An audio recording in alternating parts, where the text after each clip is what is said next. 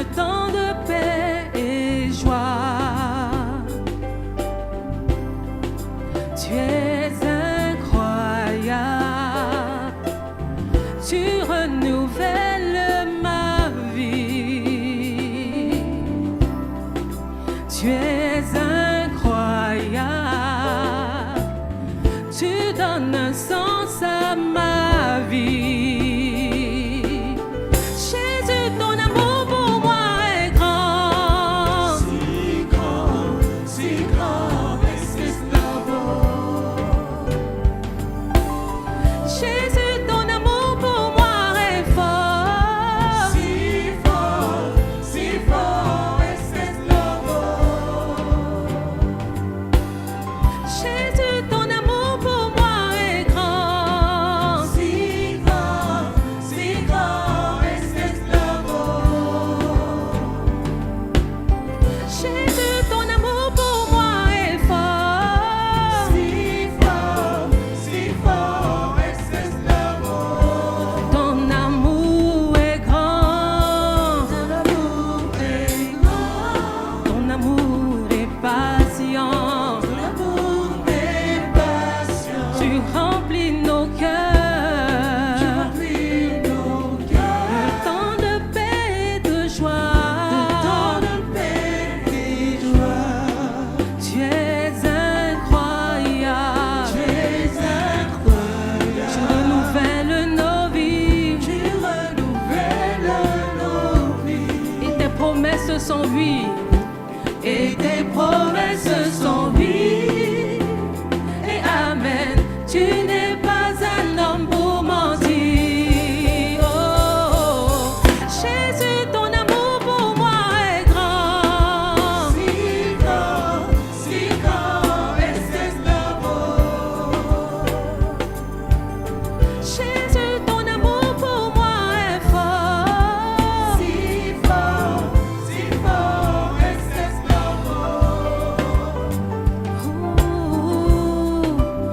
Too much, oh, too much, oh, too much, oh, excess love, oh. Too much, oh, too much, oh, too much, oh, excess love, oh. Oh, too much, oh, too much, oh, too much, oh, excess love, oh. Ton amour pour moi est grand, Seigneur. Too much, oh, too much, oh, too much, oh, excess love, oh. Jésus, ton amour pour moi est grand, si grand, excess love, oh. Jésus, ton amour pour moi est fort, si fort, excess love, oh.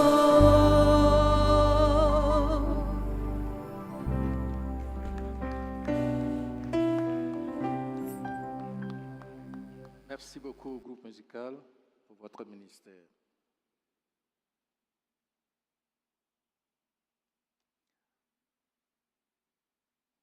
Je voudrais dire encore merci à la jeunesse pour votre semaine, la semaine dernière. Et je dis merci aux messagers, le frère Mardoché. Il a dit, pour un seul message dans l'année, il sait le temps que ça lui a pris. Et j'ai dit oui, il a vraiment préparé son message. Ça prend du temps. Ça prend du temps. Quelquefois, tu vas préparer un enseignement et puis tu es obligé à la dernière minute, c'est-à-dire le samedi comme ça, d'autres inspirations te viennent à l'esprit. Tu es obligé de renverser totalement l'ordre du message pour restructurer ça de sorte que tu ne sois pas trop long.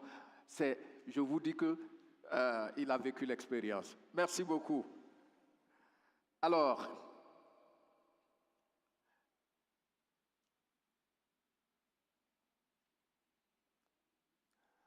notre thème général était « Va dans la parole et trouve-y les clés de la vie ». Mais vous avez constaté que chaque fois, il y a un sous-thème qui peut s'étendre sur plusieurs semaines. C'est dans cet esprit-là que nous allons passer à un autre sous-thème très important pour moi, intitulé « La nature et les fonctions de la parole de Dieu ». La nature et les fonctions de la parole de Dieu. Nous allons voir la première partie aujourd'hui. Le but de ce partage, c'est aider chaque membre de notre assemblée à parvenir à une conviction profonde selon laquelle la parole de Dieu est la vérité absolue. Je suis en train de dire que le but de cet enseignement-là, c'est de t'aider à parvenir à une conviction personnelle que la parole de Dieu que renferme cette bibliothèque-là, elle est la vérité absolue. Amen. Tu comprends le but? C'est à partir de là, cette profonde conviction que tu vas avoir va t'aider à t'ouvrir totalement à la parole en vue d'expérimenter une relation épanouie avec Dieu. Tu sais,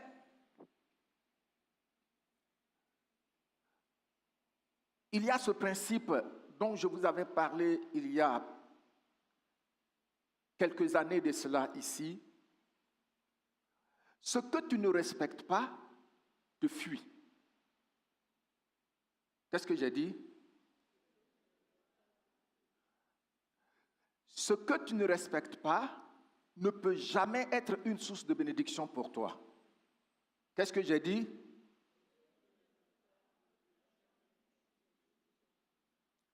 Donc, si cette parole-là, tu n'as pas la qualité de respect qu'il faut pour elle, ça devient une simple information mentale ou intellectuelle pour toi. Alors que la foi va au-delà. C'est cette parole, la conviction qu'on a de cette parole, la juste conviction, quelle est la parole, quelle est la vérité absolue. C'est par là que les portes du spirituel s'ouvrent à nous pour qu'on puisse y naviguer. Tu ne peux pas naviguer dans le règne de l'invisible si tu méprises cette parole. Donc il faut avoir une conviction juste, profonde, que cette parole est la vérité absolue. Même si je suis faible, même si je suis tombé, le Seigneur me relève parce que je sais que cette parole-là, elle est la vérité absolue. Amen. Et donc, nous allons lire nos textes de base. Psaume 25, verset 5.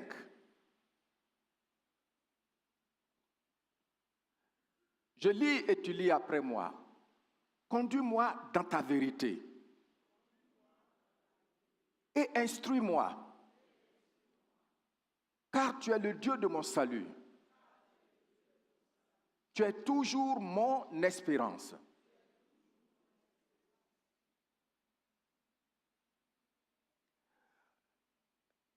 Dans la version Darby, il dit « Fais-moi marcher dans ta vérité.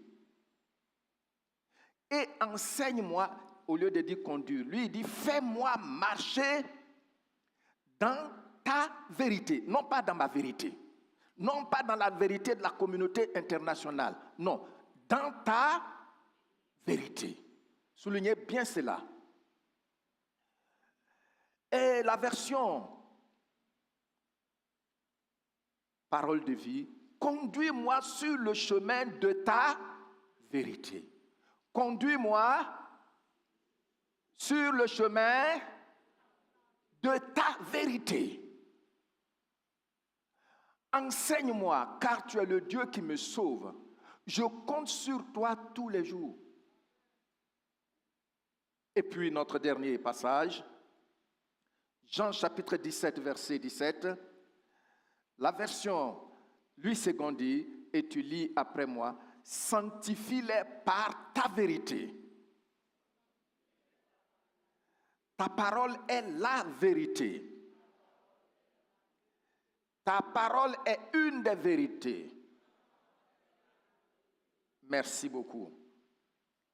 Et dans Parole vivante, fais qu'il soit entièrement à toi par la vérité. Et puis, nous avons le dernier, c'est maintenant nous avons le dernier verset, le dernier passage, Psaume 119, verset 160. Nous lisons dans les 3 versions, et tu lis après moi. Le fondement de ta parole est la vérité. Et toutes les lois de ta justice sont éternelles. La version Darby dit ceci, et tu lis après moi, la somme de ta parole est la vérité. Et toute ordonnance de ta justice est pour toujours. La version Parole de vie, oh j'aime ça. Tu vas lire ça avec ferveur. Avant tout, ta parole est vraie. Toutes tes décisions sont justes. Et comment sont-elles? Sont valables pour toujours. J'aime cette traduction. Avant tout. Est-ce que ce matin, tu es prêt à t'ouvrir pour réaliser qu'avant tout,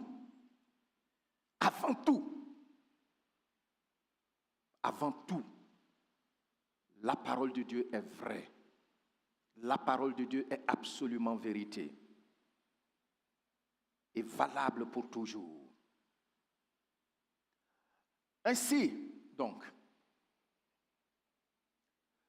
par la grâce de Dieu, sur quelques semaines, nous allons partager sur la nature et les fonctions de la parole de Dieu. Comme vous pouvez le constater, il y a 2 parties dans ce thème. Il y a la nature. Et puis après, il y a les fonctions. La nature, c'est quoi? La nature, c'est ce que la parole est d'elle-même, vraiment. Donc, ce que la parole est vraiment, c'est ça, la nature. Pour ceux qui veulent une autre présentation, je peux définir la parole comme l'essence, son essence. La nature de la parole, c'est son essence. C'est ce qu'elle est vraiment et réellement. En d'autres termes, quand on parle de la nature de la parole, on dit qu'est-ce qui caractérise la parole de Dieu par elle-même, indépendamment de tout ce que les gens peuvent penser. La parole a dit quoi d'elle-même? Ce que la parole dit d'elle, c'est ça qui est sa nature. Comment est-ce qu'elle se révèle à moi? Pour que j'ai une idée juste, sans me tromper. C'est ça qui est la nature de la parole. On peut aussi de façon très simple dire que la nature de la parole, c'est de quoi elle est faite spirituellement. La parole est faite de quoi spirituellement? Donc quand on parle de nature, c'est le thème ce que nous allons voir dans ces temps, c'est beaucoup philosophique, mais j'essaie de simplifier cela pour que tu puisses bien saisir. Donc, de quoi est faite réellement la parole de Dieu?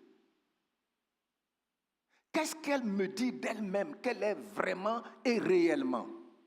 C'est-à-dire vraiment par mes pensées, mon esprit, et puis réellement dans la pratique.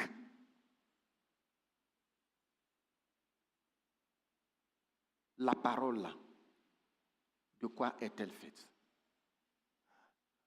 Et c'est cet aspect qui va nous intéresser pendant quelques semaines, avant qu'on ne touche les fonctions de la parole, ou les ministères de la parole. C'est juste les services que la parole de Dieu peut rendre à celui qui l'accepte. Ça, c'est très simple. Est-ce que vous avez compris?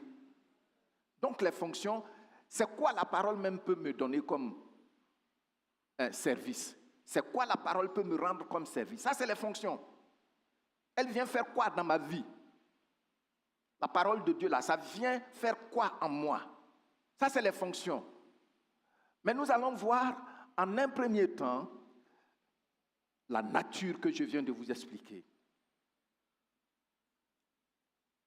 Et donc,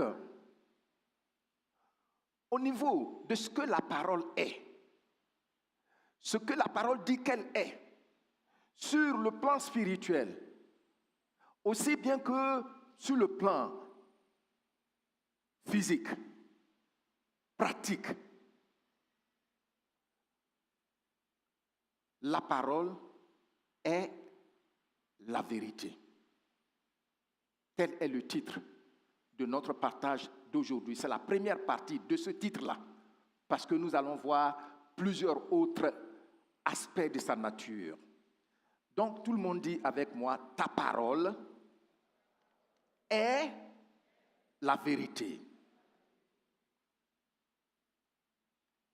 Donc, c'est le premier trait de la nature de la parole que nous voyons aujourd'hui, et nous avons lu 3 passages ou 4.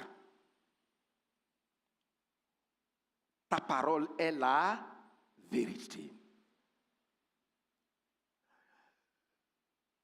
Pour bien présenter ce que nous allons voir, je veux attirer votre attention sur le fait que les textes de base qu'on a lus constituent un seul sujet de prière, quand bien même que ça vient de 2 personnes. Est-ce que vous voyez?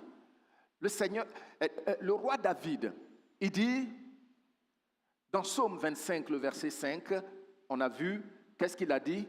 Psaume 25, verset 5, « Conduis-moi dans ta vérité. » C'est une prière, c'est une supplication.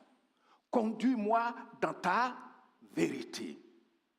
Tout ce qui suit aussi, c'est une prière. Et puis quand on voit maintenant Jean chapitre 17, verset 17, le Seigneur Jésus dit, il dit à son Père, sanctifie-les par ta vérité. Ta parole est la vérité. C'est une prière, c'est une intercession qu'il fait en la faveur de ses proches disciples, qu'aussi bien qu'à nous, les disciples qui viendraient plus tard. Est-ce que vous comprenez? Donc, Dieu présente ici disons, la Bible nous présente deux sujets de prière importantes et qui donnent en même temps la justification, la raison pour laquelle ces prières ont été adressées à Dieu. Fais-moi marcher sur le chemin de ta vérité. Ils ne veulent pas se tromper. Il ne veut pas se tromper. Il sait qu'il y a un chemin. Et il sait que ce chemin se distingue par une nature particulière, celle qui est la vérité. C'est pourquoi il supplie Dieu. Le Seigneur Jésus supplie son Père. Et quand nous lisons ce qu'il a dit, il dit dans la version Parole de vie, fais qu'il soit entièrement à toi par la vérité. Tu vois? Et maintenant l'affirmation à côté de ce sujet de prière, c'est dans Psaume 119, verset 160. Ça, c'est une affirmation, une confession. Ta parole est avant tout la vérité. Ta parole est avant tout la vérité. Donc, c'est pourquoi ces deux personnes adressent pratiquement le même sujet de prière à Dieu. Donc, la parole de Dieu est la vérité. Amen. Ce que nous allons faire, nous allons voir en un premier temps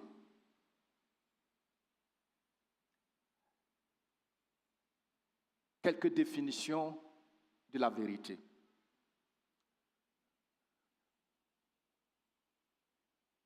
Et au niveau de cette définition, nous avons deux grands groupes. Le premier groupe, c'est les définitions générales ou séculières. C'est-à-dire dans un cadre qui ne veut même pas du tout considérer Dieu, qui s'arrête au niveau de la capacité intellectuelle. Donc c'est le premier groupe. Et puis le deuxième groupe où nous allons chercher à définir la vérité, c'est par rapport à notre contexte, pour nous qui croyons en Jésus-Christ. La vérité, c'est quoi? Donc nous avons deux groupes. J'ai dit le premier groupe, c'est quoi? Les définitions générales ou séculières. Et puis le deuxième groupe, c'est par rapport à notre contexte, le groupe de la foi en Jésus-Christ. Voilà. Donc, c'est ce que nous allons faire premièrement.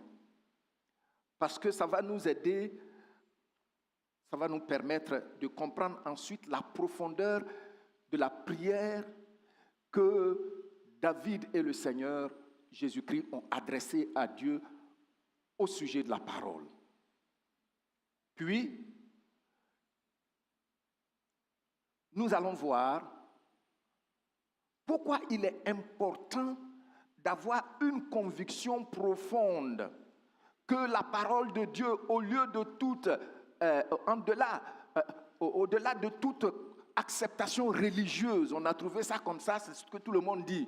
Pourquoi nous, on doit en être profondément convaincus?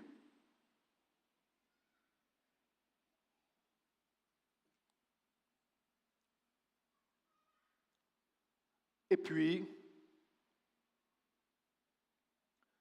nous allons avoir un moment avec quelques exemples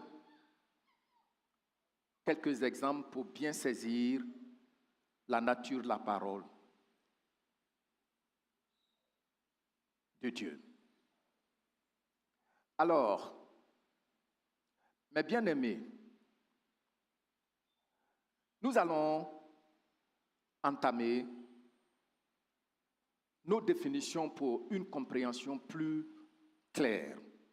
Mais avant,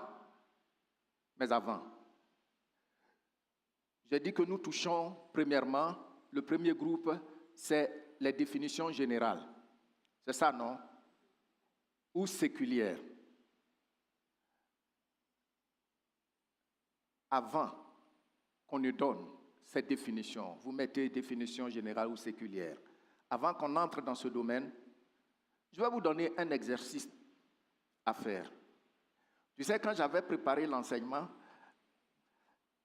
une image m'est venue à l'esprit et puis j'ai appelé l'un de ceux qui m'aident chaque fois que j'ai quelque chose à présenter et on a travaillé un peu là-dessus. Mais je veux juste attirer votre attention pour que les définitions puissent être plus pratiques. Alors, quand j'étais à l'école, au collège, il y avait une matière qu'on nous enseignait. Je ne sais pas si toujours c'est le même nom, parce qu'il y a des noms qui ont changé maintenant. Sciences naturelles, c'est devenu un autre nom. Mais en ce temps-là, cette matière-là, on appelait ça dessin scientifique. Qui a fait ça? Ah, d'accord. Donc, dessin scientifique, on avait nos gros cahiers de dessin, et puis tu vois, le professeur, il donne un exercice, et puis avec des dimensions de ce qu'il veut. Et puis,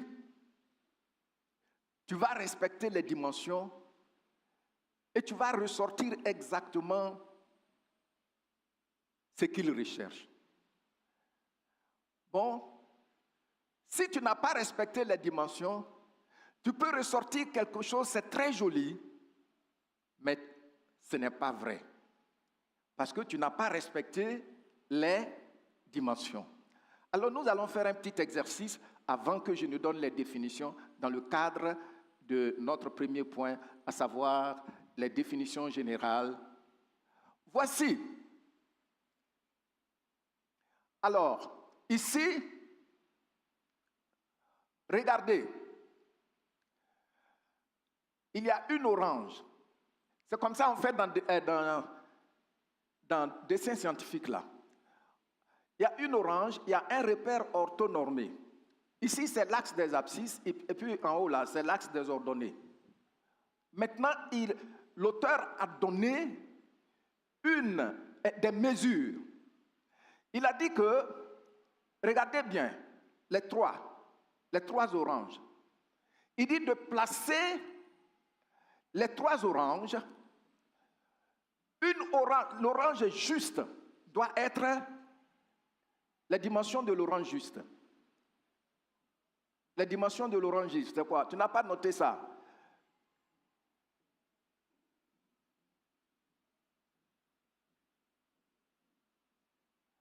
Les dimensions de l'orange juste,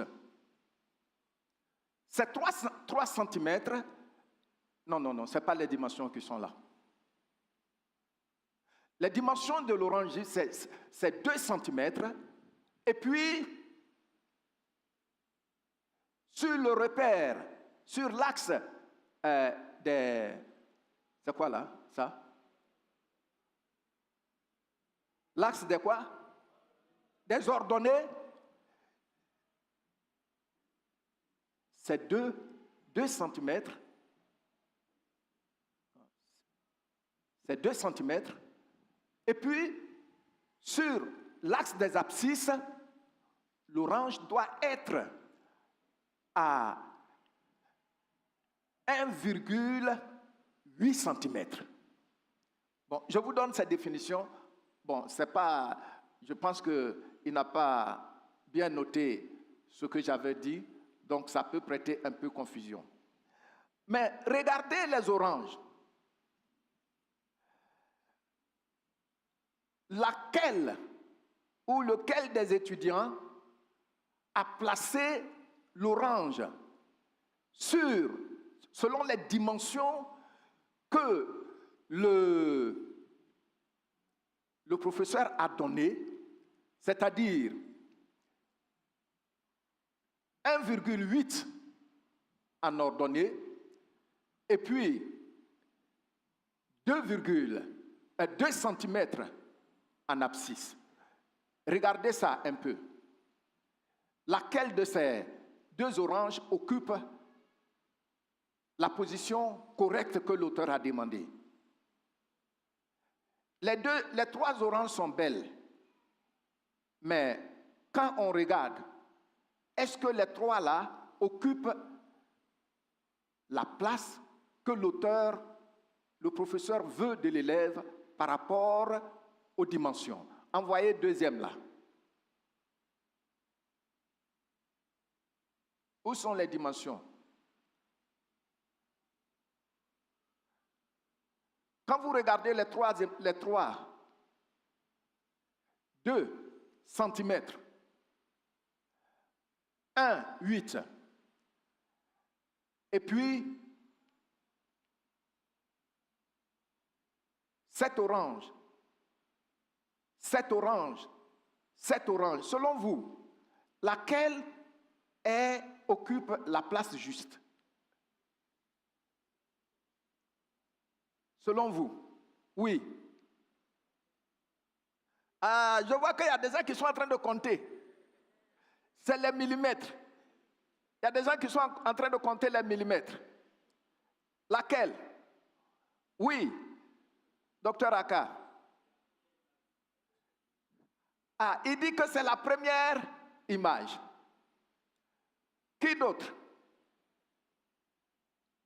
Les trois oranges sont belles, hein? C'est presque la même, hein?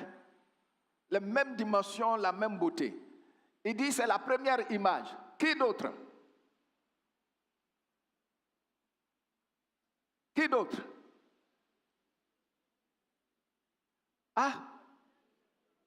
Oui. Celle du milieu. Celle du milieu. D'accord. Qui d'autre? Une dernière personne. Oui, frère Théen. La droite. Bon, vous voyez que là c'est en millimètres, hein? Là c'est en millimètres, non? Tout est en millimètres, hein? Maintenant, prenons 2 millimètres. 2 millimètres. Ici, ça va être combien de millimètres? Ça va être combien de centimètres? Ça va être combien de centimètres? Maintenant, quand on compte à partir d'ici, on dirait que ma pile là est épuisée.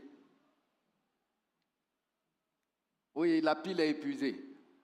Mais à partir de la première image, les petits traits que vous comptez, jusqu'au sommet, ça fait combien de centimètres? En fait, l'image qui est juste, c'est la dernière. C'est la dernière image. Comme il n'a pas donné les dimensions, mais on avait bien travaillé sur les dimensions. C'est la dernière image. Quand vous voyez les instructions qu'on a données, vous allez trouver que quand vous comptez ici, là, c'est vrai qu'ici, ils ont commencé à noter par 20 jusqu'à 30, mais ici, là, ça fait 2 cm. Et puis, quand vous allez commencer à compter à partir d'ici, 1 cm, et puis vous arrivez ici, voici 3 mm qui s'ajoutent au demi. Ça fait combien? 1,8. Donc, tu vas faire un travail comme ça, là. Tu vas présenter ça au professeur. Qu'est-ce qu'il va faire? Si tu as choisi les 2 premières images, si c'est comme ça que tu as fait, le professeur va noter que ce n'est pas vrai. Amen. Mais c'est les dimensions qui manquaient pour que vous soyez sûrs. Mais quand même, vous avez saisi un peu de quoi il s'agit.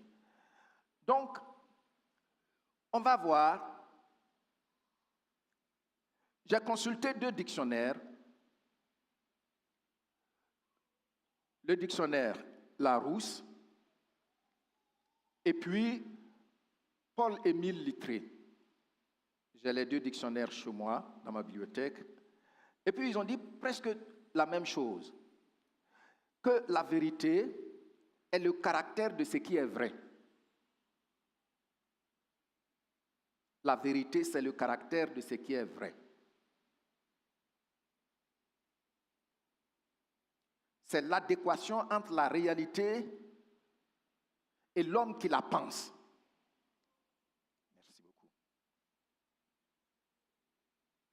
Deuxièmement, ils disent que la vérité, c'est la connaissance ou l'expression d'une connaissance conforme à la réalité. Ça veut dire, je donne une connaissance, mais quand on vérifie cette connaissance, ce qu'on peut toucher, ce qu'on peut voir, c'est conforme à cela. Donc, ça, c'est la vérité. Si je dis que Madame Biayi est en robe jaune, elle est en robe jaune, elle est habillée en robe jaune, ou bien orange. C'est jaune, hein? D'accord. Est-ce que c'est vrai? C'est vrai parce que c'est conforme à la réalité. C'est conforme à ce qu'on peut voir et ce qu'on peut toucher. Mais je vais résumer ça un peu pour que vous puissiez comprendre ça un peu plus simplement. Il dit aussi que la vérité, c'est la conformité de ce que l'on dit avec ce qui est. C'est-à-dire ce que je dis et ce qui s'est vraiment passé. Ce que je dis est exactement ce qui s'est vraiment passé. Alors c'est la vérité. Donc, on parle de témoin dans ce sens-là. Celui qui a vu un fait, celui qui a vu un événement, celui qui était présent lorsque le fait se déroulait. Alors, il vient et puis sans ses sentiments, sans parti pris, lui, il dit exactement ce qu'il a vu. Alors, il a dit la vérité. Voilà. Voilà un peu les définitions. Et puis, je vais les résumer. Je vais les résumer en quelques points. Premièrement, la vérité, c'est une affirmation vraie. C'est une affirmation vraie. Si elle correspond, vous pouvez afficher ça, si elle correspond à ce qui existe réellement. Madame Biayi est vêtue d'une robe jaune. Puisque ce que je dis correspond à ce qui existe réellement, ça veut dire que j'ai dit la vérité. C'est ce que les dictionnaires là sont en train de dire. Donc, la vérité ne dépend pas de ce qu'on pense, mais de ce qui est réellement le cas. Donc, c'est au cas du témoin, au cas où il y a quelqu'un qui est témoin. Par exemple, on peut dire, mais quand cette affaire s'est passée, y avait-il un témoin? Et puis quelqu'un, on dit, oui, il y a telle personne qui est témoin. Et souvent, on peut même demander à la personne, jures-tu dire la vérité, rien que la vérité? On est en train de dire à la personne, est-ce que tu es en train de dire, tu es prêt à dire effectivement ce qui s'est passé sans parti pris? Est-ce que tu peux nous dire de façon objective ce qui s'est passé sous tes yeux? Voilà. Donc, la vérité est ce qui peut être vérifié, constaté ou démontré. Voici comment les dictionnaires la définissent. Nous sommes dans les définitions générales. La vérité, c'est la réalité telle qu'elle est réellement. C'est ce qui est exact, conforme aux faits et vérifiable. Donc, Les oranges que j'ai présentés, on n'a pas pu donner l'exercice, les dimensions que le professeur demandait. Mais j'ai ça en tête, c'est ce que j'ai dit. Quand tu prends les dimensions, tu peux savoir celui qui a bien présenté l'orange et celui qui n'a pas présenté l'orange dans la bonne position dans le repère orthonormé. Maintenant, nous allons voir quelques exemples. Quelques exemples dans le domaine général. Alors, on dit que l'eau bout à partir de combien de degrés? À partir de 100 degrés Celsius. C'est la vérité. Dès qu'on met le thermomètre et que ça atteint, ça bout jusqu'à, et puis le thermomètre monte jusqu'à 100, l'eau bout. Donc voici une vérité, peut-être on va dire vérité scientifique, parce que cela correspond aux faits.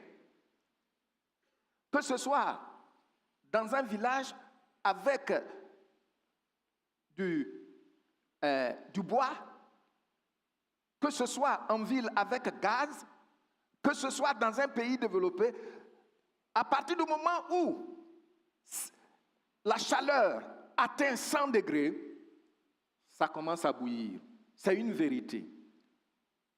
Dans les calculs, par exemple, on dit 2 plus 2, c'est combien? 2 plus 2, c'est combien? Pourquoi? Parce qu'elle correspond à la réalité des nombres. Vous voyez, non?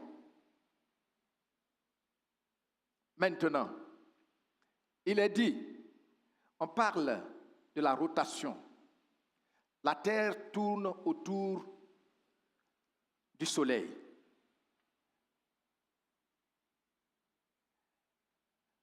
Est-ce que c'est une vérité? Oui, c'est une vérité parce que c'est ce que les gens ont observé. Donc, sur le plan général, là, voici quelques exemples pour vous aider un peu. Je ne veux pas vous embrouiller, c'est pourquoi je prends les choses un peu simples. Maintenant, je voudrais que vous notiez bien, au niveau des définitions séculières,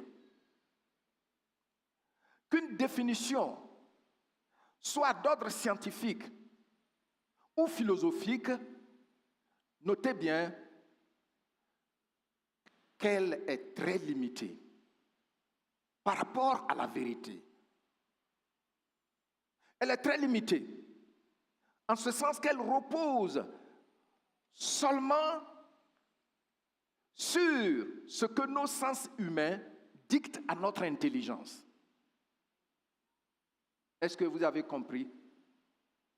Donc, la connaissance cognitive ne peut pas définir la vérité d'une manière absolue.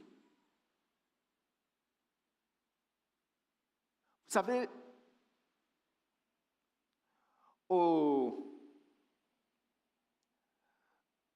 à partir du XVIIe siècle, il y a eu un vent qui a soufflé qu'on appelle les années-lumière. Et ces années-lumière qui ont vu naître plusieurs nouveaux courants philosophiques, tels que l'épistémologie. Vous avez vu ça en première et terminale. Ce sont des définitions. Avant, je ne comprenais rien. Quand le professeur parlait, il dit l'épistémologie, il parle d'égal, il fait les choses. Je ne comprenais rien. Mais c'est plus tard dans mes études universitaires que j'ai compris de quoi il s'agissait. C'est-à-dire, à partir des années-lumière, beaucoup de philosophies étaient nées pour briser le carcan de la religion, sinon pour se débarrasser de la parole de Dieu. Alors, on parle de plusieurs courants philosophiques et comme je l'ai dit, maintenant l'homme dit, moi, je vais rechercher la vérité avec mon cerveau. C'est ça, l'épistémologie. C'est quand j'étais à l'université, j'ai compris que c'est sorti d'un mot grec, on ne m'a jamais dit ça, au lycée, épistémé, connaissance. Donc, l'épistémologie, c'est l'étude de la connaissance. Parvenir à la vérité vraie. Maintenant, je m'aperçois que c'est vraiment une utopie. Pourquoi? Parce que l'homme qui s'est détaché de Dieu, en frustrant les desseins de Dieu pour lui, a eu l'intelligence froissée. C'est pendant cette période, il y a eu cette philosophie, le rationalisme,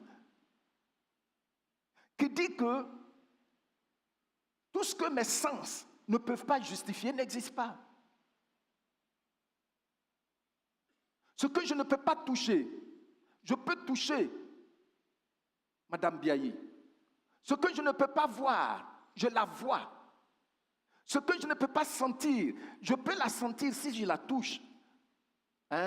Son corps n'est pas comme du ciment, comme des briques. Non, son corps est souple.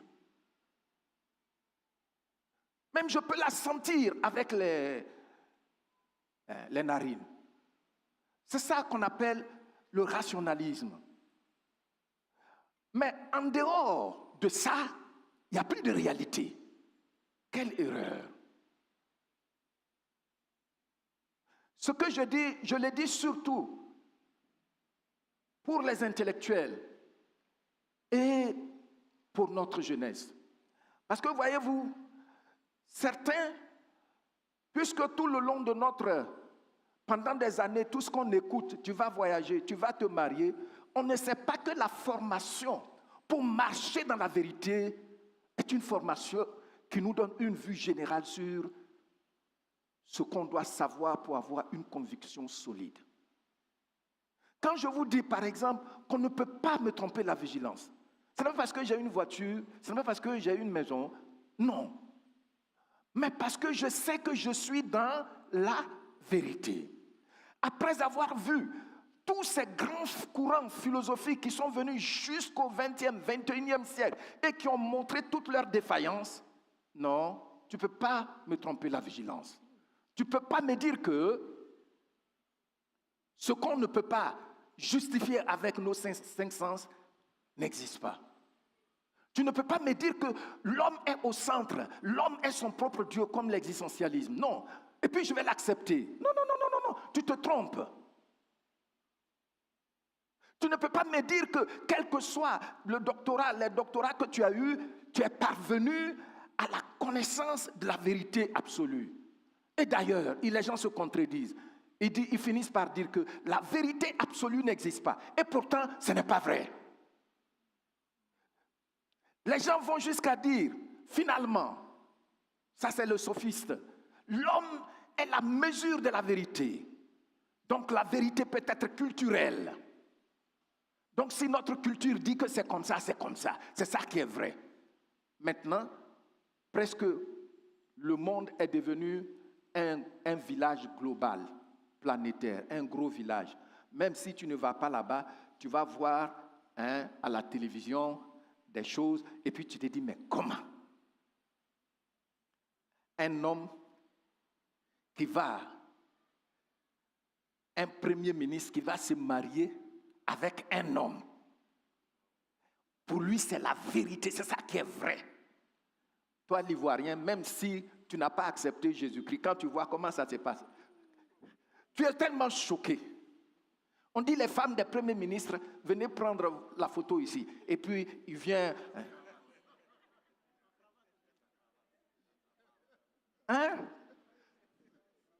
Finalement, on comprend que l'homme n'est pas la mesure de toutes choses. Il y a des dispositions divines qui sont là.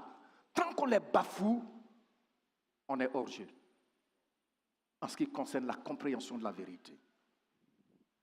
Est-ce que vous me suivez? Donc, vous voyez, quand on parle de vérité, ce n'est pas le fait que je parle bien le français ou l'anglais. Non! C'est une question de réflexion profonde. La vérité s'élève au-delà de la contingence humaine à cause du fait que l'homme est tombé plus bas de la position où Dieu l'avait placé. C'est pourquoi dans les passages qu'on a lus, il dit, dans Psaume 25, verset 5, « Fais-moi marcher non pas dans ma vérité, mais toi dans ta vérité. » Vous comprenez ça maintenant? Donc si tu dis selon moi, un homme, il peut se marier avec un homme.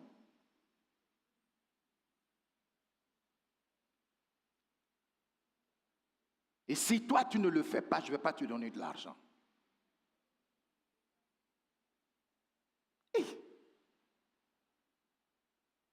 Est-ce que c'est la vérité? C'est pourquoi, vous voyez, quand vous lisez le passage, il met l'accent ta vérité. Même le Seigneur Jésus-Christ dit, conduis-les par la vérité. Fais qu'ils t'appartiennent entièrement par la connaissance de la vérité.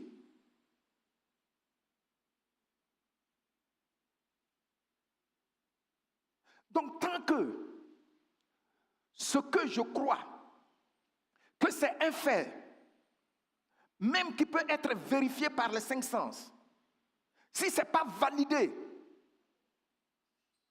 par l'être suprême au travers de sa parole, ce n'est pas une vérité, c'est une erreur.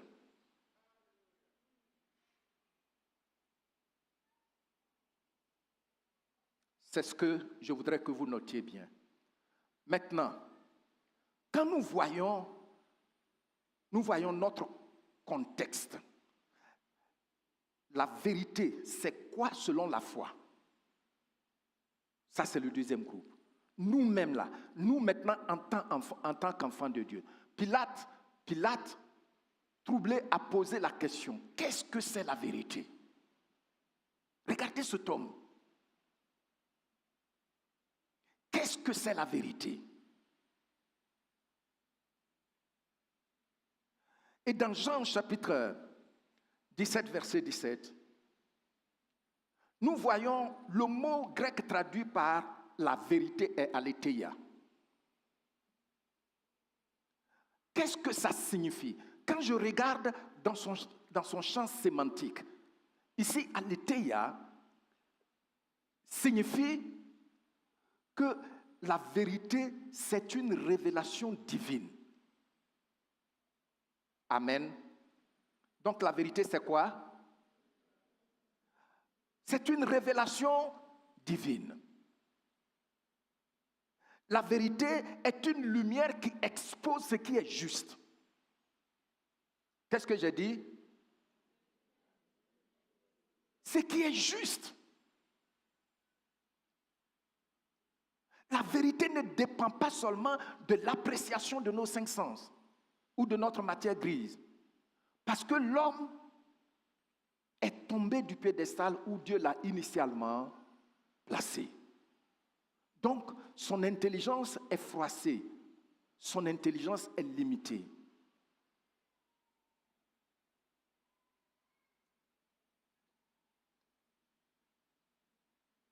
Donc, la vérité, c'est cette lumière divine qui vient nous présenter ce qui est juste.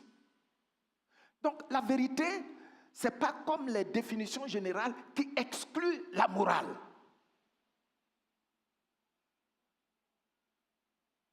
La vérité dans notre contexte va avec le style de vie de Dieu qu'on appelle la morale.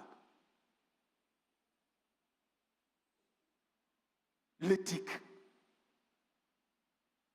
Quand ce n'est pas écrit noir sur blanc, le Saint-Esprit nous dirige à voir ce qui est bon. C'est ce qu'on appelle l'éthique. Donc le Seigneur, ici, la vérité, c'est finalement la parole écrite qu'on appelle le logos.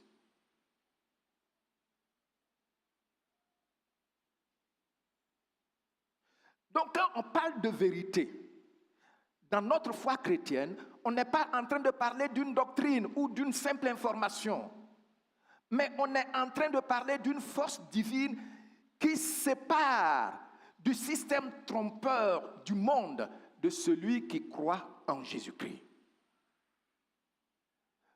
C'est cette force, cette connaissance qui vient avec sa force pour te séparer du système trompeur du monde. Regardez par exemple, je ne vais pas donner un nom, mais regardez les cercles occultes qui happent la classe intellectuelle, les cercles occultes qui prennent en otage nos chefs d'État. Et puis les gens parlent avec beaucoup de satisfaction. Ils ont découvert, vous avez découvert quoi? Puisque nous savons que le diable, il ne peut jamais prendre quelqu'un qui est dans les ordures et puis l'élever à... Non, il n'a pas ce pouvoir-là. C'est Dieu qui t'élève. Il te prend des ordures, il t'élève. Mais le diable, il est toujours prêt pour le prêta.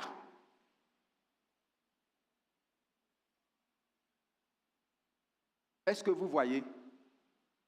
Donc, ce qui fait que j'étais des ordures, j'étais sous les ordures. Il y en a qui étaient au-dessus des ordures. Il y en a qui étaient dans les rues. Il y en a qui fouillaient dans les poubelles. Ce qui fait que tu as pu être enlevé de là, tu as accepté de sortir de là pour être ce que tu es aujourd'hui, c'est la force de la vérité. Et elle est divine.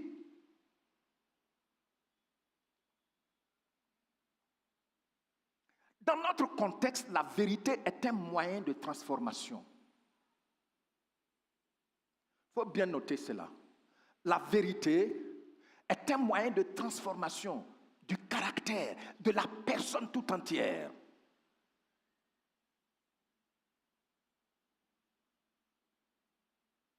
C'est en cela, on peut voir quelqu'un qui ne vivait que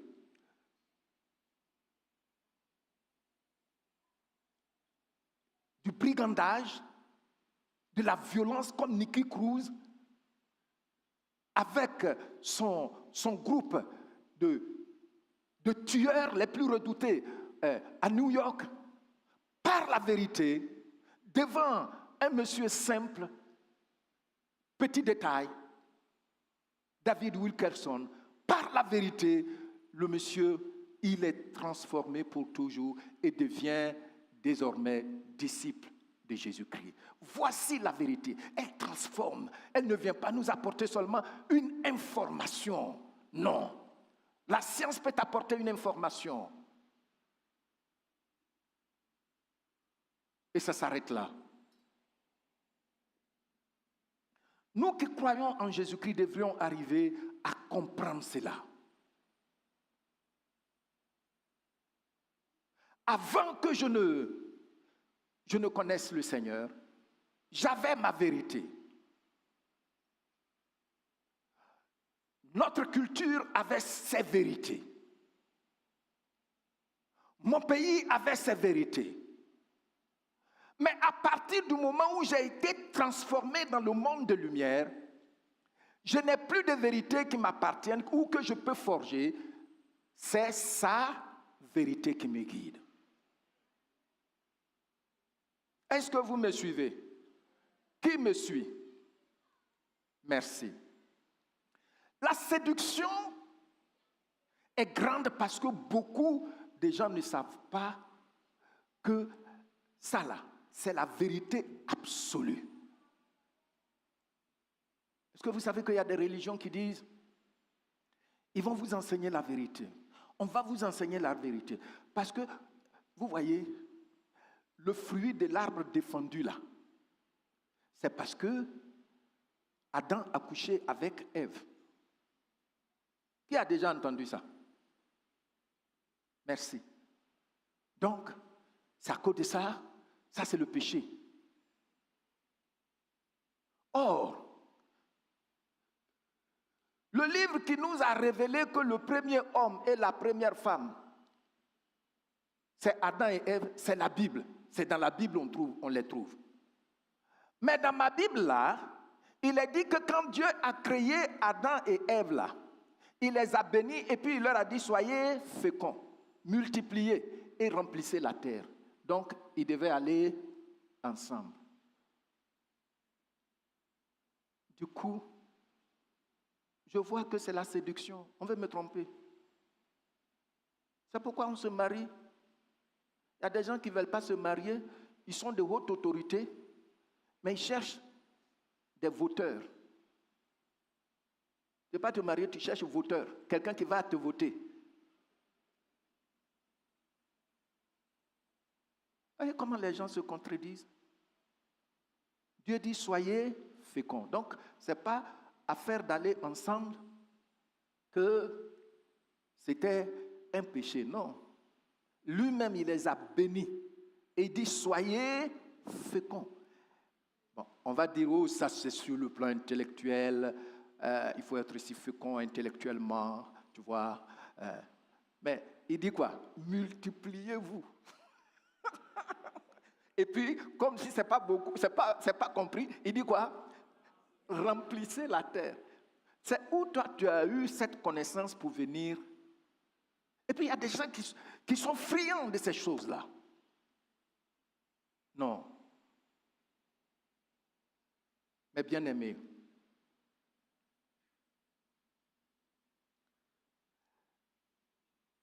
dans notre foi, la vérité est la volonté de Dieu. La vérité est la volonté fiable de Dieu. Dans notre foi, la vérité, c'est la disposition que Dieu révèle à l'homme qui ne change jamais, qui reste tel, qui ne se périme pas. Aujourd'hui,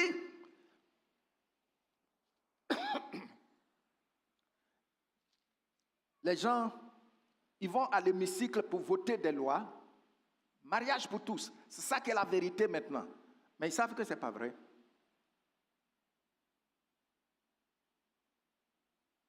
Donc nous, la vérité dans laquelle nous devons marcher là, elle ne se périme jamais. Il n'y a aucun développement, aucune modernité qui peut l'humilier. Non, il n'y en a pas. Et c'est des choses que vous devez bien comprendre. C'est à cause de ça quand souvent je vous enseigne, je dis on ne peut pas me distraire. Souvent j'ai vu des gens qui veulent philosopher, qui veulent dire, oh. Et puis tu les regardes, tu as compassion.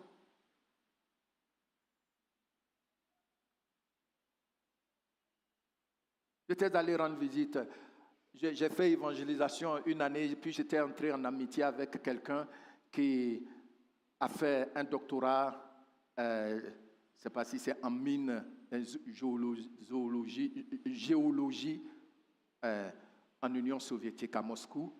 Et puis j'ai été lui rendre visite un jour et je l'ai trouvé avec un de ses amis. Lui aussi, il avait fait un doctorat là-bas et puis il me l'a présenté, il dit ça c'est le pasteur Diato. Et puis il engage un sujet. Qu'est-ce qui prouve que la sorcellerie existe? Ce sont des histoires.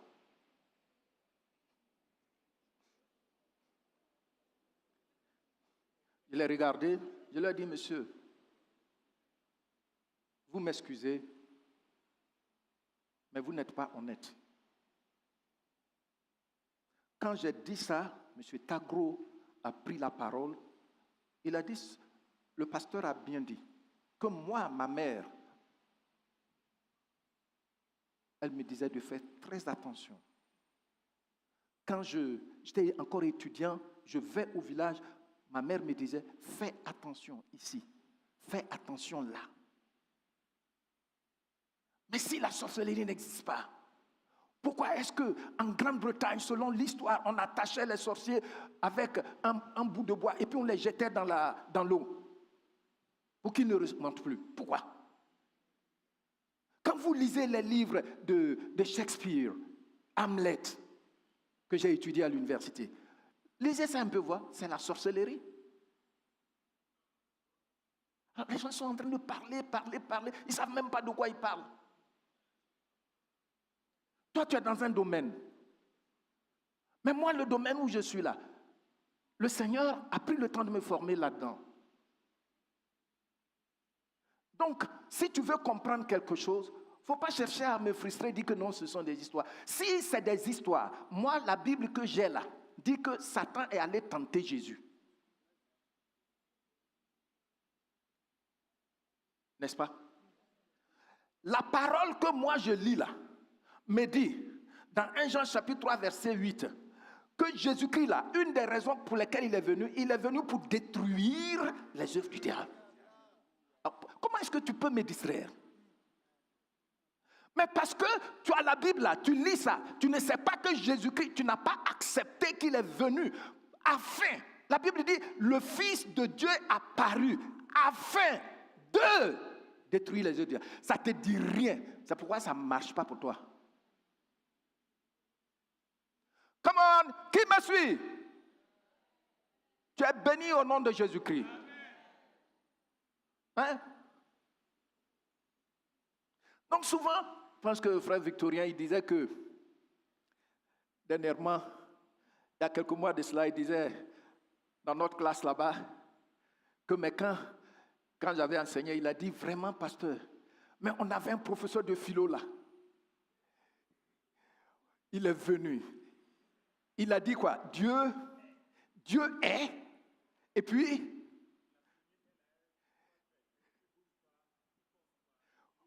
vous voyez, il dit Dieu est, en classe, hein? Et puis il dit, ça veut dire, il ne bouge pas, il ne réfléchit pas, et puis les élèves vont acclamer, oh. Donc, quand il a dit ça, j'ai ri. J'ai dit effectivement, Dieu est. Mais quand la Bible dit que Dieu est là, il ne se conjugue pas au passé, il n'était pas. Il ne se conjugue pas au futur, il ne sera pas.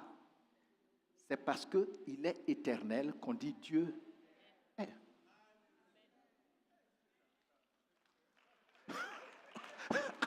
Quand j'ai dit ça, Victor a dit Alléluia. Voyez-vous, les gens là, c'est quand on a commencé à m'enseigner la philosophie en fait. Même définir la philosophie là, c'est là que j'ai compris ça. C'est là que j'ai compris ça. Mais les gens, ils viennent, ils jettent les choses sur ton visage. Même définir la philosophie en tant qu'un arbre de connaissance. On ne peut même parler. Aucun professeur ne m'avait expliqué ça. Jusqu'à ce que je parte à la faculté de théologie. Arrêtez de nous distraire. La parole, seule la parole de Dieu est, c'est la parole de Dieu est la vérité. Dieu est, il ne change pas. Quelqu'un qui ne s'améliore pas. Il est parfait. Ton avenir est son passé. Alors, comment quelqu'un comme ça, toi tu veux juger sa parole? En vertu de quoi? Les hommes de loi, aidez-moi, en vertu de quoi? Il me reste combien de temps? Oh, aidez-moi à demander pardon. Il me semble que tu as emballé. D'accord. Mais bien aimé, donc voici quelques définitions.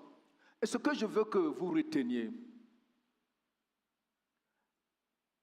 j'ai cité des gens comme Jean Calvin qui dit que la vérité, dans son commentaire sur Jean chapitre 17, verset 17, il dit la vérité est l'instrument de la sanctification. C'est tellement fort pour moi.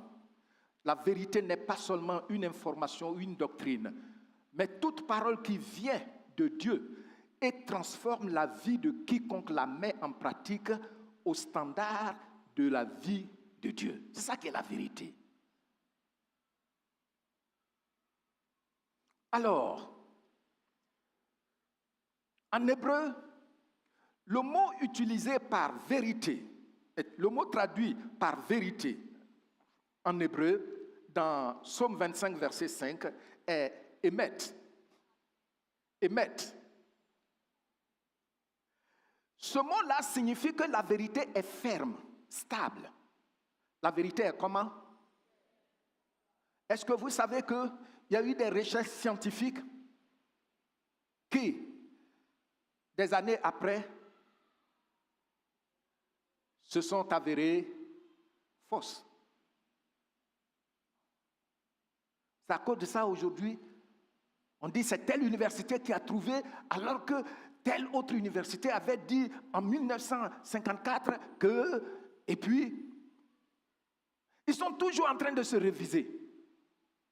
Mais la vérité de Dieu, elle est ferme, stable et nette.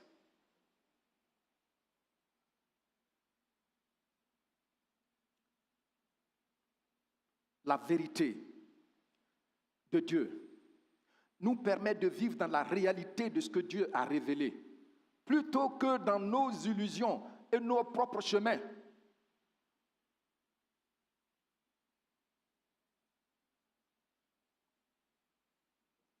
Alors, nous pouvons parvenir à dire la vérité dans notre contexte est absolue.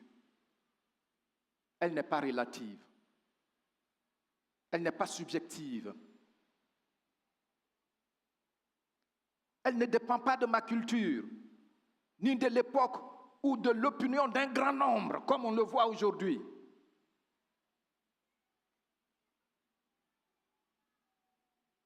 Mon père était musulman. Mon père a été musulman alors que moi j'étais entré dans le ministère. Et maman m'a dit que dans sa dernière année, une seule question qu'il lui posait de temps en temps quand elle est partie le voir, il posait la question à ma mère: est-ce que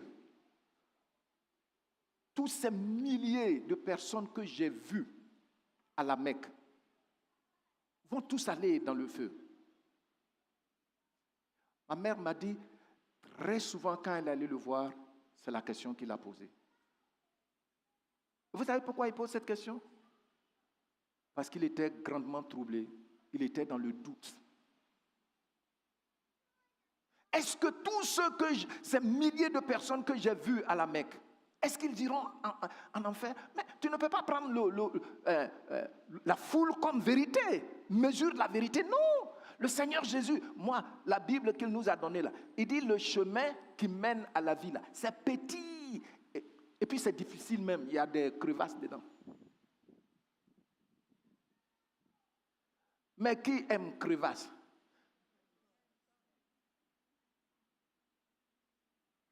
Toi, tu vas venir te marier avec une seule femme jusqu'à la fin de ta vie.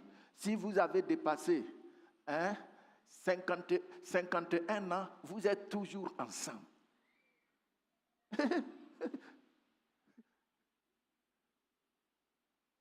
Mais c'est ça qui est la vérité. Je préfère aller là où je peux avoir jusqu'à 6, pourvu que je sois équitable avec eux. Toi, tu peux être équitable avec eux. Je parle de ce que... Bon, mon père, c'est là il allait s'égarer. Vous voyez, il me semble que souvent, et je pense que c'est la raison pour laquelle, s'il vous plaît, vous devez accorder l'opportunité à vos pasteurs de bien se former. Ne permettez pas que d'autres viennent leur donner l'opportunité de bien se former.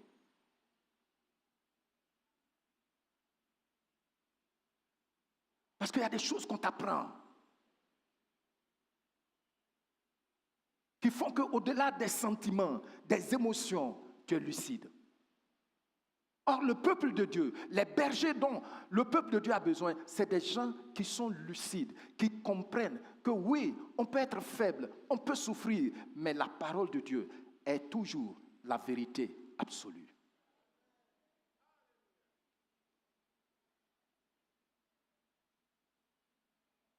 Quelques exemples J'ai donné des exemples de l'autre côté là-bas. Mais ici, les exemples que je vais donner pour montrer que la vérité, ce n'est pas ce qui sort des éprouvettes. La vérité, ce n'est pas ce qui est justifié par les 5 sens. Ou je vais dire, ce n'est pas seulement. Mais la vérité va au-delà.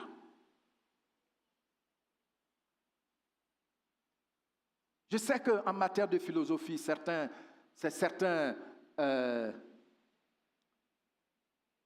philosophes grecs tels que Platon et puis plus tard les Jean-Jacques Rousseau qui ont parlé de la métaphysique. J'étais allé quelque part avec pasteur Domoro un jour et puis il y a celui qu'on est allé voir. Il dit, mais pasteur, il y a des choses qu'on doit nous enseigner telles que la métaphysique et tout ça. Tu te souviens, non? Et puis j'ai commencé à sourire. Il pense qu'il parle à des naïfs, quoi. Et puis je lui ai parlé. La métaphysique, ça signifie quoi?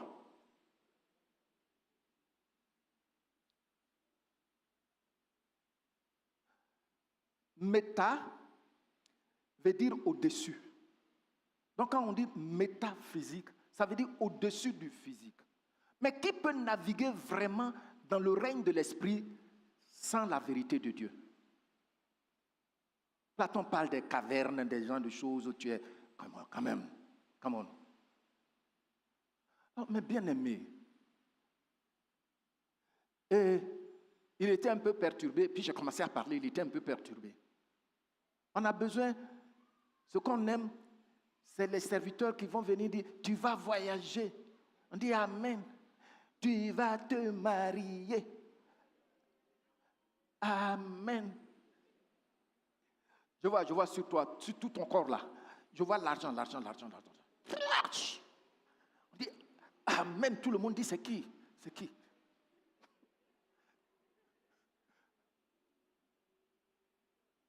On dit c'est Madame Salimata. On dit Seigneur, c'est quel jour même on va dire des choses aussi comme ça sur moi. Alors que la vérité est que le Seigneur te dit, ne t'inquiète pas, ne dis pas qu'est-ce que je vais manger demain, qu'est-ce que je vais boire. À chaque jour suffit sa peine. Mais le secret que je vais te donner, cherche à marcher dans ma vérité. Et toutes ces choses te seront... Est-ce que ça là c'est compliqué? Ça là c'est compliqué.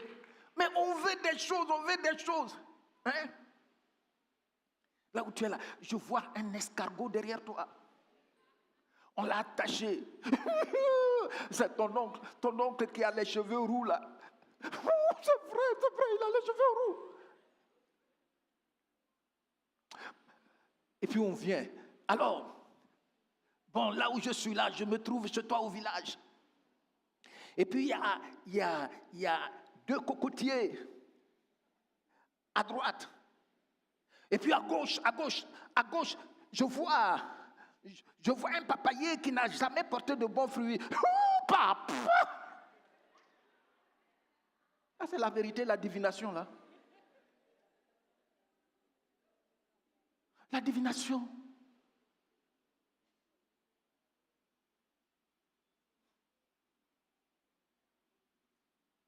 Et c'est ce qu'on aime. Il y a des cultes qui durent 6 heures de temps. Ils vont le matin, ils sortent le soir. Parce qu'on va prendre, ne serait-ce que 10 personnes prophétisées, faire la divination sur leur vie. Au moins 20 à 30 minutes.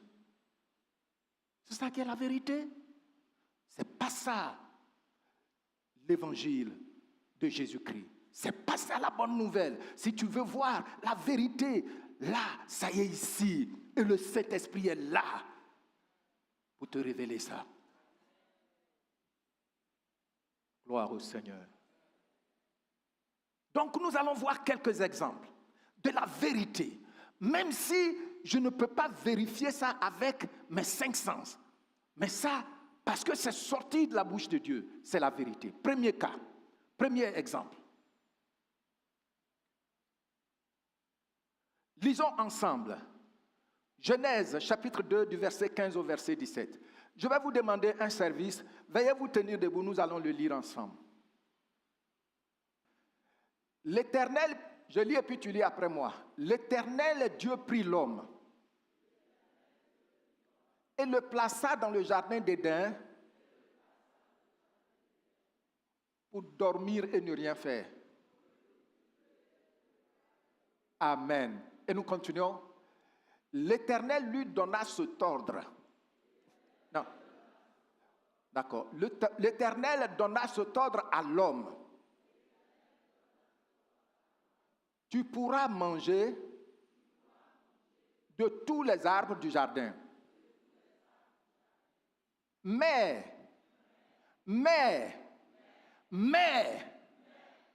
tu ne mangeras pas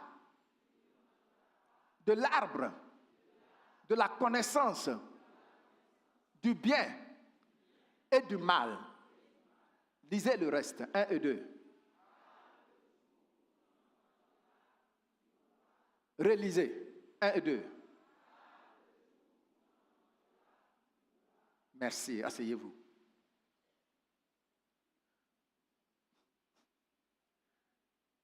Qui a parlé, qui a apporté cette parole à l'homme?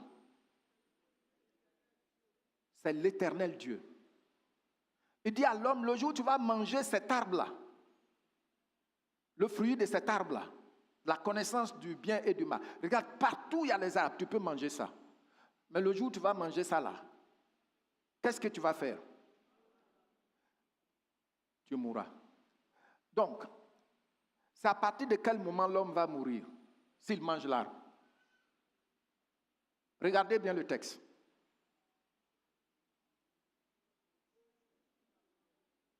Hein? Donc, c'est quand est-ce qu'il va mourir? Le même jour où tu manges, tu meurs. C'est Dieu qui a parlé, hein? Mais lui, sa parole est la vérité absolue. Est-ce que l'homme est mort le même jour? Dieu a-t-il dit la vérité? Non, il ne faut pas faire parti pris. Dieu n'a pas besoin que tu le supportes. Est-ce que là, Dieu a dit la vérité? Vous voyez pourquoi on étudie la parole de Dieu. Et puis quand on t'enseigne, tu dors. Il ne faut pas dormir. Dieu dit ici de façon claire à l'homme, le jour où tu mangeras du fruit de l'arbre de la connaissance du bien, tu vas mourir ce même jour-là. Dieu a-t-il dit vrai? Adam et Ève sont-ils effectivement morts le même jour? Non. Ce que nos sens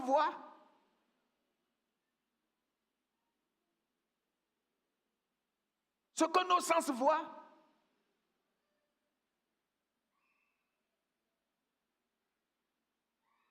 mais regardez. Genèse 5, verset 5. Et nous lisons. Tous les jours qu'Adam vécut, tu lis après moi, tous les jours qu'Adam vécut, furent combien? Et puis, est-ce que Dieu a dit vrai le jour où tu vas manger, tu vas mourir? Je reviens sur ma question. Maintenant, écoutez, la Bible explique la Bible. C'est ce qu'on m'a enseigné. Le Seigneur dit, un jour est comme 1000 ans. Et 1000 ans sont comme un jour. Adam a vécu 930 ans. Il n'a pas vécu un seul jour, puisqu'il n'a pas vécu 1000 ans. Il est mort le même jour.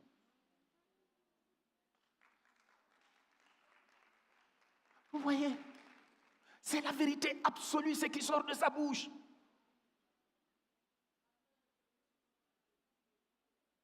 Alors c'est pourquoi on ne craint pas la parole de Dieu, on ne la respecte pas, parce qu'on ne la comprend pas, on pense que non.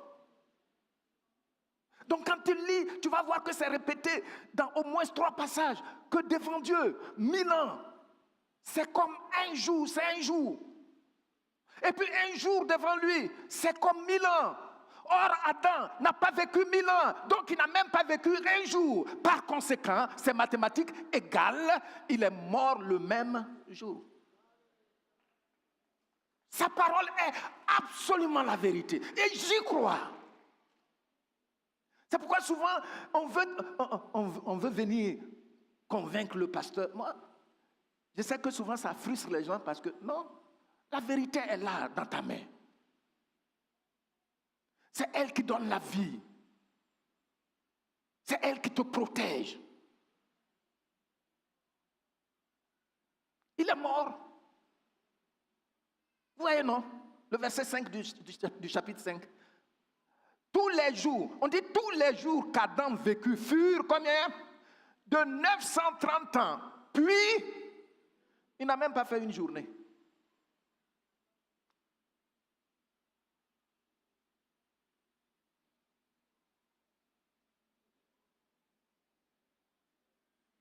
Dieu prononce une sentence. Il informe l'homme d'une sentence de ce qui va lui arriver s'il désobéit. L'homme qu'il a créé à son image, vous pensez qu'il va prendre plaisir à lui mentir? Tu penses que Dieu va prendre plaisir à te mentir? Non. Tout ce qu'il te dit, c'est la vérité.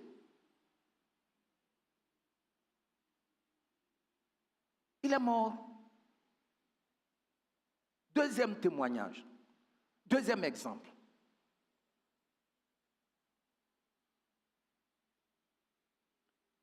Dans Genèse, chapitre 3, du verset 13 au verset 15.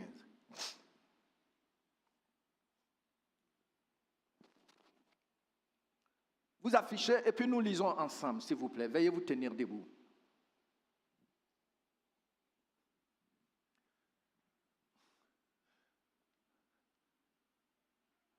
Et l'Éternel Dieu dit à la femme, pourquoi as-tu fait cela? La femme répondit, le serpent m'a séduite et j'en ai mangé. L'Éternel Dieu dit au serpent,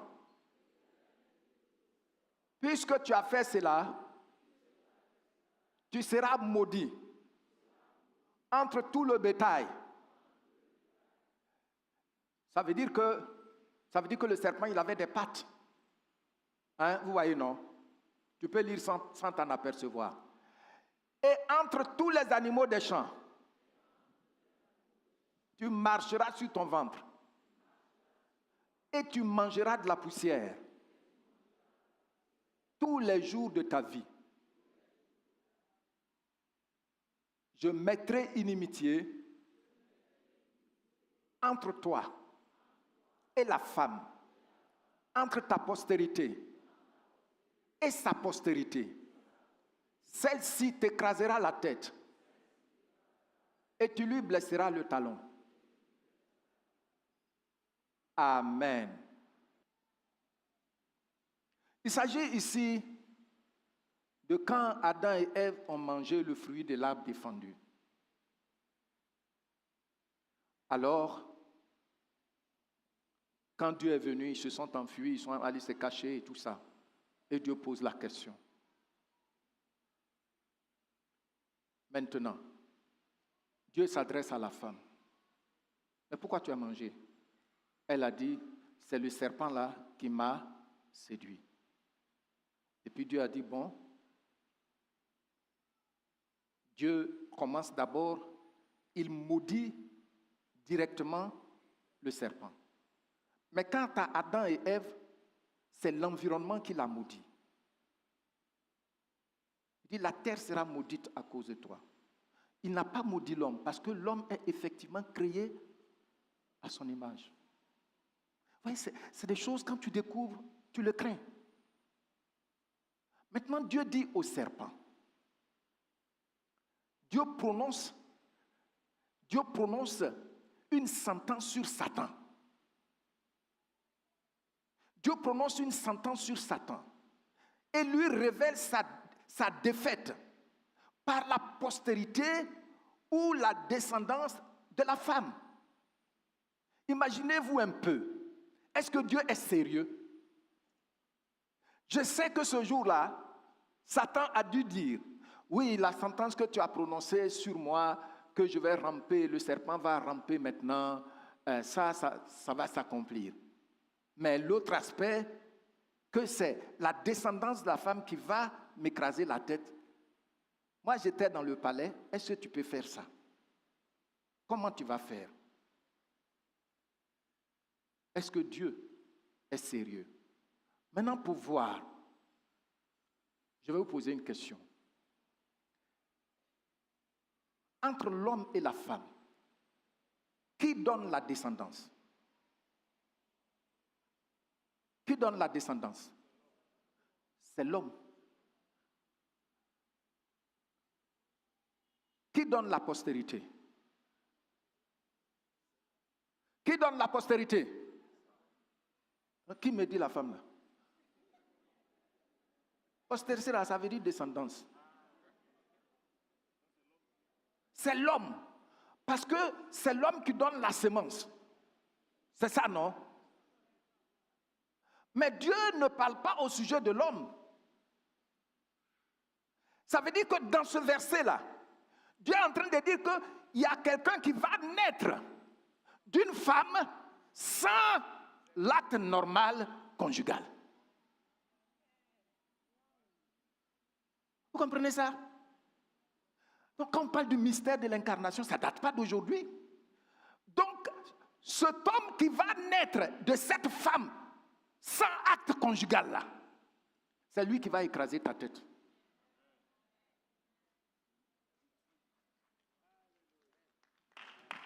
Et celui-là, c'est qui? Jésus-Christ.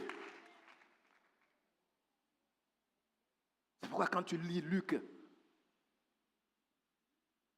chapitre 1, l'ange dit, le Saint-Esprit te couvrira de sa puissance et déposera en toi le Saint-Enfant. Comme ça, il est de la postérité de la femme. Avant, les gens disaient, oh, ce sont des histoires. Maintenant, leur bouche est fermée parce que la science a trouvé qu'on peut prendre le sperme de quelqu'un, tu n'as pas couché avec lui, et puis on donne ça à une femme qui accouche. Donc, ce n'est pas Dieu qui, par son esprit, ne peut pas le faire. Il a été le premier d'ailleurs. Amen. Donc Satan a dû dire, je sais que tu es tout puissant, mais ça là, on va voir. On va voir. Et Dieu, tout au long des siècles, revenait là-dessus au travers de ses prophètes. Même il dit avec précision où il doit naître. Oh! Il dit dans la maison de David. Et vous savez, le jour où le Seigneur Jésus devait naître, la Bible dit, ils sont partis. Cette maison de David-là, c'est la maison que son père lui avait donnée. Mais quand il est devenu roi là, il a habité Jérusalem. La maison était à Bethléem. Maintenant, il a un ami, Kimham, quand nous lisons l'Ancien Testament, et particulièrement Jérémie en parle. Son ami Kimham, il a supplié, après sa victoire sur Absalom, de venir, ils vont partir ensemble à Jérusalem. Il dit, je vais te faire du bien. Et Kimham dit, mais là où je suis là, je suis vieux. Qu'est-ce que je peux goûter encore? Je veux retourner dans ma nation, mourir auprès de mes pères. Mais comme David a insisté, qu'est-ce que son ami là a fait? Il lui a donné quelqu'un. Il dit, voici mon petit, lui, il faut partir avec lui. Donc comme ils sont revenus là, David, lui, il est à Jérusalem. il a offert la maison là à Kingham. C'est ça qui est devenu un hôtel. Jérémie nous en parle. Donc, quand Joseph et Marie sont allés là-bas et que Marie devait accoucher là, l'hôtel là, c'est devenu un hôtel, non? Il n'y avait pas de place, c'était rempli. Alors ils sont allés là où on parque les animaux. Parce que Dieu dit, son fils là va naître dans la maison de David. Donc même s'il n'est pas né dans une chambre là-bas, il est né dans le parking.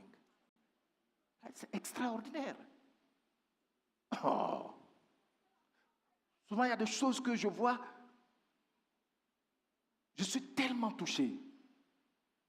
Et Dieu dit à la femme, au serpent, c'est vrai, vous n'avez jamais vu et vous ne verrez jamais une femme qui a une postérité, une descendance. Ça vient toujours de l'homme. C'est l'homme qui donne la sémence. Mais celui qui va écraser ta tête là, viendra seulement de la femme. Alors Isaïe vient tout bonnement et dit, un enfant nous est né, Isaïe 7, un fils nous est donné. Et tu vas voir au fil des siècles, les prophètes en parlent avec. Oh. Et voici, Jésus est né exactement comme Dieu l'a dit, postérité de la femme, descendance de la femme. Il est impossible que Dieu mente. Il est. Tu as vu? Et qui a écrasé la tête du serpent? C'est Jésus-Christ. Il y a un film spectaculaire. Quand nous lisons Colossiens chapitre 3, à partir du verset 13, il a effacé l'acte dont les ordonnances nous condamnaient, en le clouant là à la croix. Et il a mis publiquement en spectacle le diable et toute sa cohorte. Et il a traîné dans son cortège de victoire, de triomphe, dans la ville. Et nous autres, on est sortis, on a dit, c'est toi qui menaçais le monde là. Tu nous as trop fatigués. Ce que la Bible a dit, c'est accompli par la femme. Est-ce que quelqu'un avait déjà une fois vu ça? Personne. La parole de Dieu est la vérité absolue. Mes bien-aimés, je vais m'arrêter là aujourd'hui. Et je vais donner quelques avantages. Donc,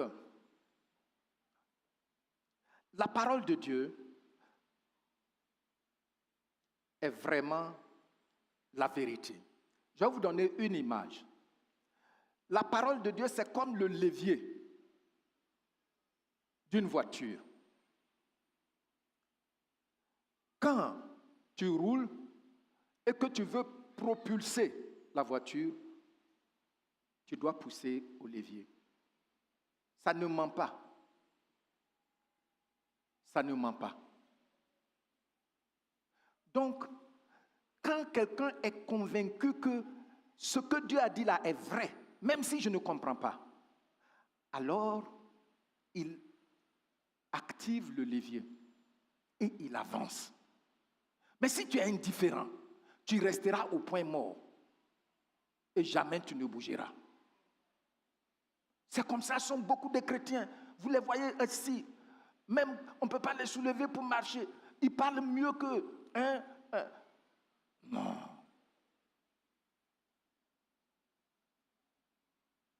Oui. L'élan de cœur vis-à-vis de la parole de Dieu vient du fait que nous sommes profondément convaincus que la parole de Dieu est absolument vraie. Amen. Amen.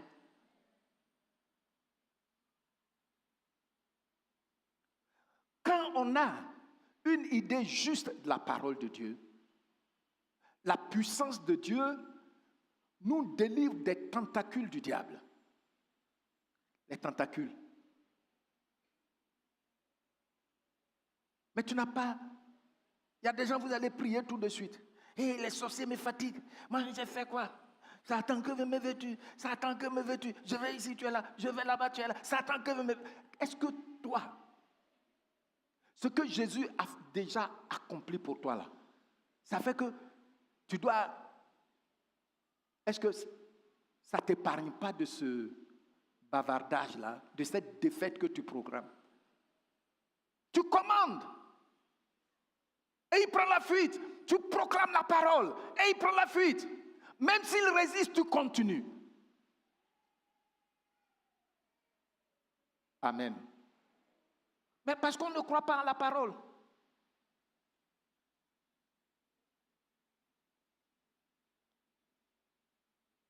Quand notre cœur saisit la parole de Dieu, que la parole de Dieu est la vérité, nous pourrons en tout temps nous attendre à Dieu pour sa direction, pour son secours, pour ses provisions et pour sa fidèle gestion de nos vies.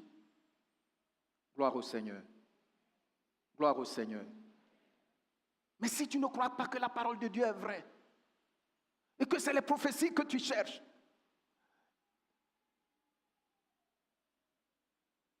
le jour où tu n'auras plus de prophétie, tu vas dire j'étais chrétien. Dieu veut te donner une direction claire. Dieu veut t'encourager. Dieu veut mettre ses provisions à ta disposition. Moi, quand le Seigneur m'a appelé, je vous l'ai déjà dit ici, je devais aller en France pour 4 années d'études. Mais c'est dans la parole qu'il m'a parlé. Dans 1 Timothée, il m'a parlé de façon très claire.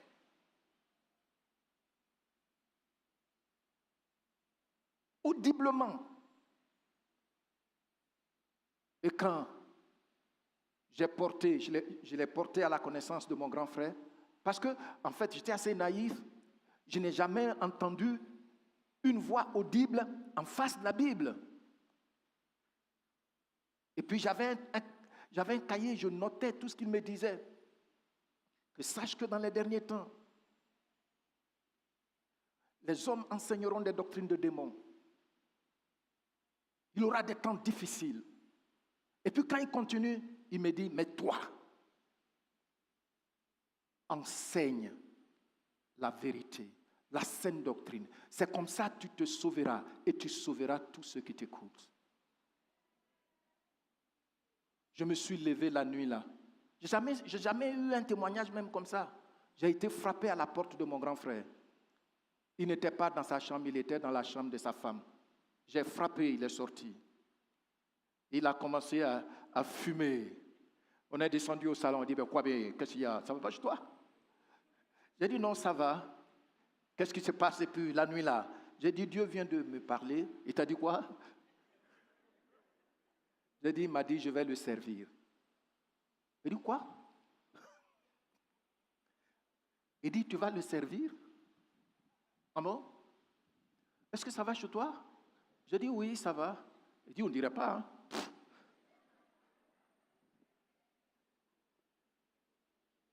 Mais vous voyez, Dieu, sa parole là, il ne va jamais te mentir. Hébreux chapitre 6, verset 18 dit, il est impossible que Dieu mente. Il est impossible. Mais bien aimé, voici ce que vous devez comprendre, l'intégrer dans votre disque dur.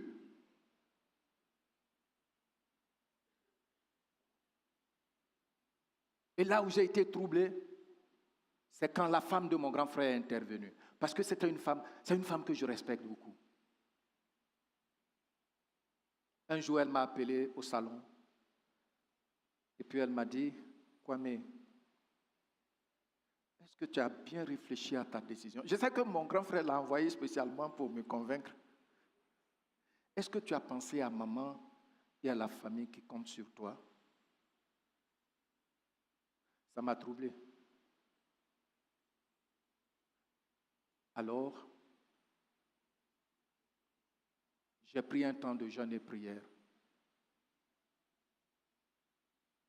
fait 3 jours sans sortir.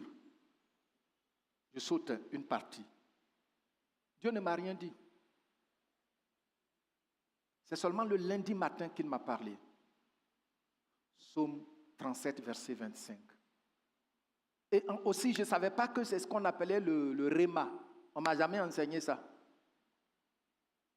Et il m'a dit, si tu me sers, il dit, toi, si tu me sers fidèlement, tu ne m'en diras jamais ton pain, ni toi, ni tes enfants, quoi qu'il advienne. J'ai beaucoup pleuré ce jour-là. Et il y a un frère en Christ qui dit, il m'a dit, tout le monde te parle, que le Seigneur t'a appelé, il faut, et puis tu refuses, voilà, maintenant il t'a parlé lui-même. Mais je peux vous dire, je n'ai jamais vu beaucoup d'argent, là où je suis là. Mais je n'ai jamais tendu la main à qui que ce soit. Vous pouvez demander. Je n'ai jamais tendu la main à qui que ce soit. Le nécessaire, il sait toujours comment y pourvoir. Amen. Ça fait plus de 35 ans de ministère. Vous vous rendez compte? Quelqu'un qui a une famille, qui ne va pas se lever pour aller dire, vraiment, aujourd'hui c'est un peu dur, hein, je voulais... Non, non, non, non. Une parole est sortie. Cette parole est pleinement la vérité. Cette parole ne peut pas être étouffée par le fait que je suis dans un pays qualifié des hommes de sous-développés. Non, non, non, non, non. La parole de Dieu triomphe de ça. Cette parole non plus ne peut pas être étouffée par le fait que je n'ai pas 1000 membres. Non, non, non, non. La parole de Dieu dicte sa loi, sa volonté à ceux qui la reçoivent comme vérité absolue. Amen. C'est pourquoi quand je vais, j'ai constaté plusieurs fois, il y a des gens, quand tu arrives chez eux pour la première fois, ils pensent que après, quand tu vas partir, on doit te donner, oui, pasteur, tu es un homme de Dieu. Non, je ne vais pas chez toi pour chercher, je vais chez toi pour te rendre ministère, c'est tout. Quand tu as affermi là, tu vas avoir, Dieu dit, prenez soin, partagez tous vos biens avec ceux qui vous encadrent. Ça est là. Mais beaucoup de gens, ça ne leur dit rien. Pourtant, c'est ça qui est la vérité. Donc, mes bien-aimés, quand la parole sort de la bouche du Seigneur, tant que tu ne la respectes pas, bien que vrai, tu ne verras jamais son fruit dans ta vie. Mais si tu la prends, il dit par ces meurtres-ci tu es guéri. Dès que tu commences à proclamer ça, tu vas voir si c'est une infirmité, la douleur va s'accentuer. Tu proclames ça. Le temps de te rendre compte, il dit le diable s'enfuira. Il n'a pas dit qu'il va marcher bonnement. Il va fuir loin de toi. Alléluia. La parole est puissante. Gloire au Seigneur. Gloire au Seigneur.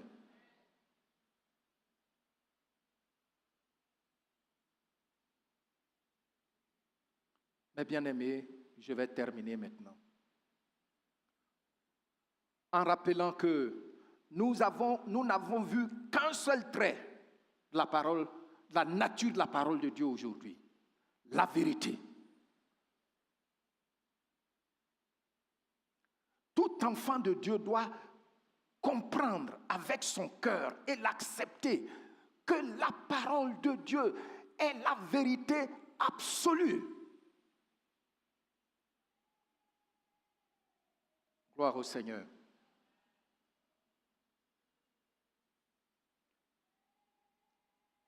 Elle est entièrement la vérité. La parole de Dieu n'est pas relative. La parole de Dieu, elle n'a pas besoin forcément de nos 5 sens pour être vérité. Non, elle est la vérité. Amen. Aucune intelligence humaine ne peut lui donner tort. Aucune intelligence humaine. la femme qui était aux cheveux de Voltaire, a rendu le témoignage que quand Voltaire devait mourir, la nuit, il suppliait Dieu. Oh Dieu, aie pitié de moi. Oh Dieu, aie pitié de moi.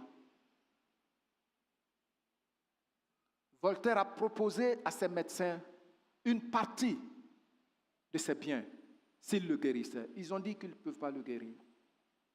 Voltaire est mort dans cela.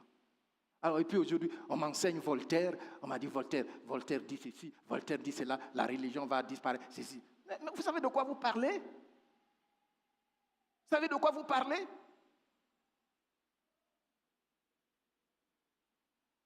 Dieu nous a fait grâce.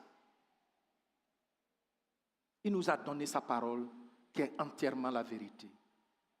C'est ce qui nous aide, c'est-à-dire la conviction que tu as que la parole de Dieu est entièrement vraie. C'est ce qui t'aide à obéir à la parole, même quand ce n'est pas sucré. C'est ce qui nous aide à obéir à la parole de Dieu, même quand ce n'est pas sucré. J'obéis, parce que c'est la vérité. La profonde conviction que nous avons de la parole, que c'est la vérité absolue, c'est ce qui nous aide à persévérer dans l'obéissance. C'est ce qui nous aide à crier à Dieu de nous relever de nos chutes. C'est ce qui nous aide à crier à Dieu pour qu'il nous rende fermes, inébranlables et fructueux au nom de Jésus-Christ. Nous sommes bénis. Amen.